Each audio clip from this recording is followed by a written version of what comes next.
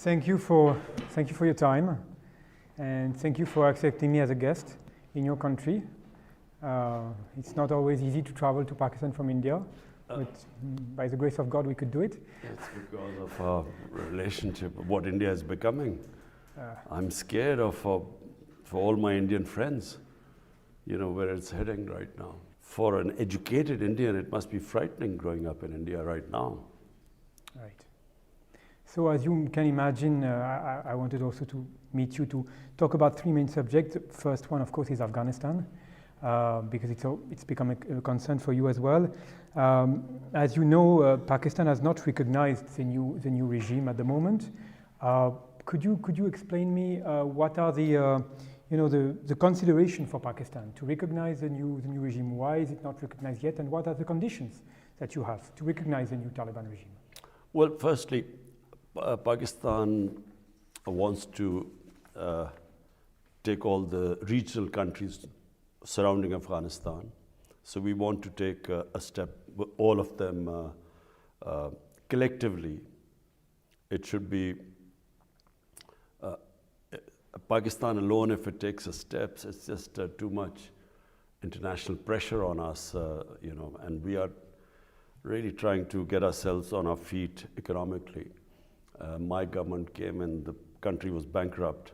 We didn't have money to pay our liabilities.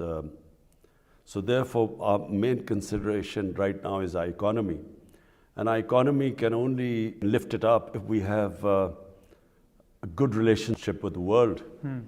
And therefore, the last thing we want is isolation, by being the only country. But having said that, I believe that the only way forward, if we are looking for the well-being of almost 40 million Afghan citizens, is to sooner or later recognize the government. Because there is no other alternative right now. There's not even, when the Taliban were in power last time, there was a Northern Alliance where there was a conflict going on. There's no conflict now in Afghanistan, which is, by the way, after 40 years, this is the first time the country is conflict-free, apart from, small terrorist organizations, which the more stability in Afghanistan, the less chance of any of these international terrorists to survive there. So I feel that the only way forward is recognition. Pakistan can't do it alone. I think we are consulting all the regional countries. But, for the well-being of the people of Afghanistan, sooner or later, they will have to recognize Afghanistan. Now, the question is, what are the conditions? Now, as far as I can see from, there's an international consensus that there should be one inclusive government. And number two, human rights, specifically female rights, women rights. So the Taliban government pledged both. They've talked about human rights and they've talked about inclusive government. Now the question is, what will it take for the world to be satisfied that the Taliban meet the condition? Right. This is really the condition, because they've agreed to the two conditions. So actually, you're talking about women's rights, for example. When Mr. Mutaki was here in Islamabad for the OIC summit, for example, this issue of women's rights, was it raised with him, and what did he say? I mean, as you know, so far, in some provinces, universities are still closed for women. Some schools are also still closed. Did he give concrete word on this issue?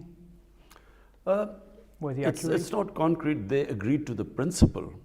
Right. How they will go about it, if anyone is familiar with the Afghan character, they should realize that they are very, very proud people. And, you can't push them. They hate outside interference. In 2001, Pakistan was one of the 3 countries that recognized Afghanistan. Yet when Pakistan tried to tell the Taliban, to hand over Osama bin Laden to the Americans, they point blank refused. So there's a limit to what outside interference or pressure can do to a government, specifically a government which is fiercely independent like the Taliban. So just a caution that if anyone thinks that you can force them, the pace of what they believe is an inclusive government and human rights, well, it's not going to happen. And we should not expect, what we expect women's rights, according to what the people of Afghanistan think and what are Western women's rights. There's a big gulf between the two, and that's not going to happen. Western-style women's rights, if that is an expectation in Afghanistan, will not happen. But they've agreed that girls should be allowed to study. So that's there's no, at least that one point they have. When they came here, they agreed. Right. They said we are just taking our time. We are seeing the right conditions, but they've agreed to that. Right. So, as far as the security concerns, I'd like to know a bit more about the security concerns you have coming from Afghanistan. More precisely, you know that the Tehrik-e-Taliban Pakistan has bases in eastern Afghanistan, especially Loya Paktia. There are also the possibility that some Baloch insurgent groups could be also active from Afghanistan. They've carried out a couple of attacks against Pakistan recently. Are these some of your most pressing concerns that you have at the moment? Two concerns. Number one are the refugees. Pakistan already has over 3 million Afghan refugees. And the worry is, if things deteriorate in Afghanistan, if this humanitarian crisis gets worse, then there will be a bigger flow of refugees into the country. Already, we have almost, since the fall of Kabul, we have almost 240,000 Afghans who've come into Pakistan. So number one, I mean, the country just cannot take more refugees. We don't have the resources. And secondly, before the fall of Kabul, 3 groups operated from Afghanistan. Number one was the TTP, Pakistan Taliban. Number 2 was Baloch terrorists. And number 3 was ISIL. So our belief is that the more stable the Afghan government gets, the less chance of these groups to operate from there. Right. So therefore we have reasons, probably Pakistan has the strongest reason for stability in Afghanistan for these reasons, refugees and terrorism. Right. So it means that when the Afghan Taliban are saying that they will not allow their country to be used by terrorist organizations against any other country, do you trust them when they say that? Yes, I trust them. Right. I think anyone who has who dealt with the Afghan Taliban, and I'm talking even of in 2000, one thing you can say is that they used to stick to their word. I mean, when when our truckers or people used to go, after the Taliban took over, when they used to go to Afghanistan, previously, after every 50 miles, there was a warlord who used to take money. When Taliban came into power, basically there was complete security everywhere. And when they guaranteed security, you got it. So we believe that they will, because it's in their interest. What Taliban or government would want most of all is to look after their people, and they can only look after them if there's security and trade. Right. So I think yes, as I said, not only our government, all the neighbors believe that stability in Afghanistan is extremely important.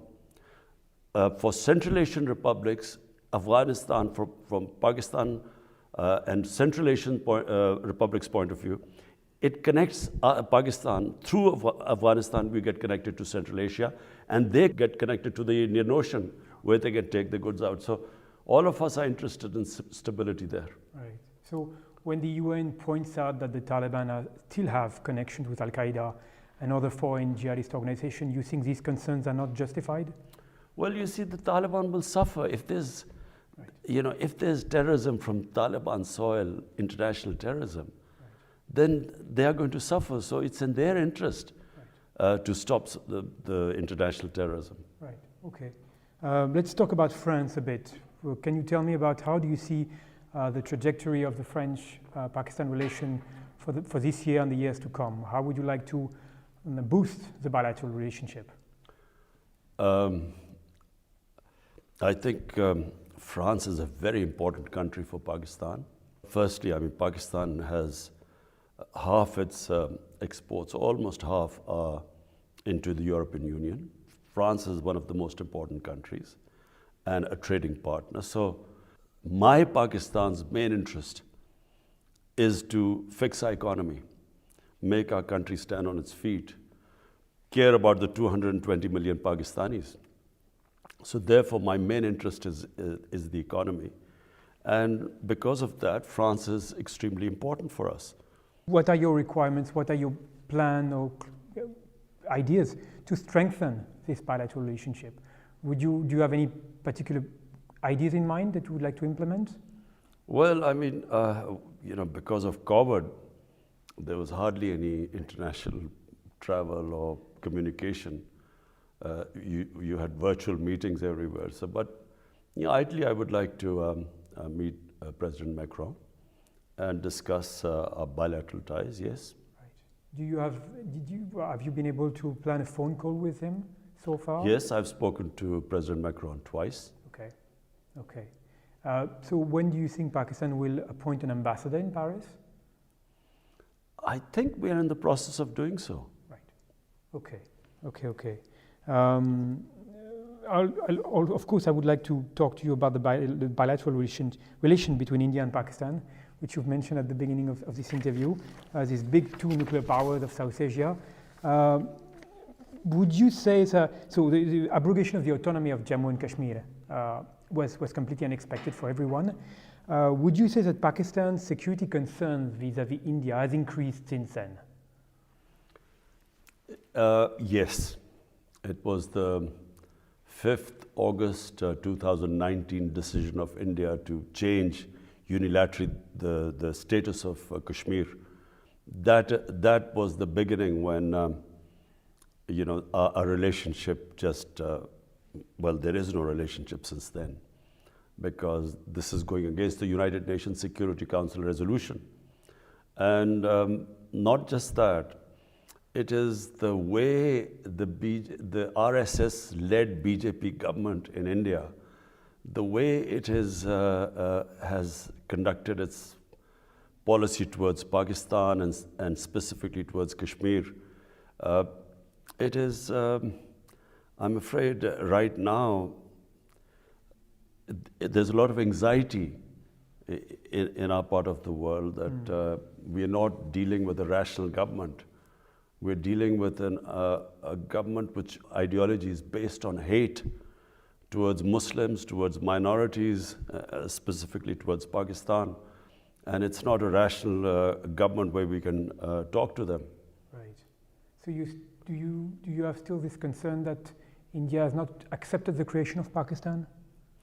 No, I think it's, that's, that they have to accept. The issue is simply that they are, to resolve our difference, the main difference is Kashmir. That's the main difference. And that's why when I came into power, my first step was to extend a hand of friendship to Narendra Modi. And, I know India better than most Pakistanis. So my idea was that we should have a neighborly relationship, and our only difference is Kashmir, and to settle that through dialogue. But the response we have got, I was quite surprised at the response I got from the Indian Prime Minister. And then Pulwama happened, where a young Kashmiri boy blows himself up an Indian convoy, and they blame us for it. And then they bomb Pakistan. And then, of course, we downed one of their planes, and then we returned their pilot, just to tell them that we didn't want any escalation. But it was just their attitude, the attitude of this Modi government. So there is no relationship right now. And at the moment, what should I say? There's just a stalemate. So what do you think can be done? How can Pakistan build friendly relations with India? What is there a first step or anything Pakistan could do to improve this? Yes, we can build a relationship with India, but it has to start from them going back to that step they took on 5th August 2019. They have to, restore the status of Kashmir, because that's a violation of international law. Right. This is the only condition you have. Yes, go back to 5th August 2019, right. And yes, we can talk after that. Otherwise, there will be no negotiation, no behind the door kind of secret negotiation to try to do something. It is the biggest betrayal. To negotiate would be betrayal of people of Kashmir who've suffered so much. 100,000 Kashmiris have died so far in what was their right guaranteed by the international community through the United Nations Security Council resolution, that they would be allowed to decide their own destiny through a plebiscite. And so, denying them that and then using force, 800,000 troops, which have basically kept the people of Kashmir in an open prison. There's no way we can move forward until they restore that status.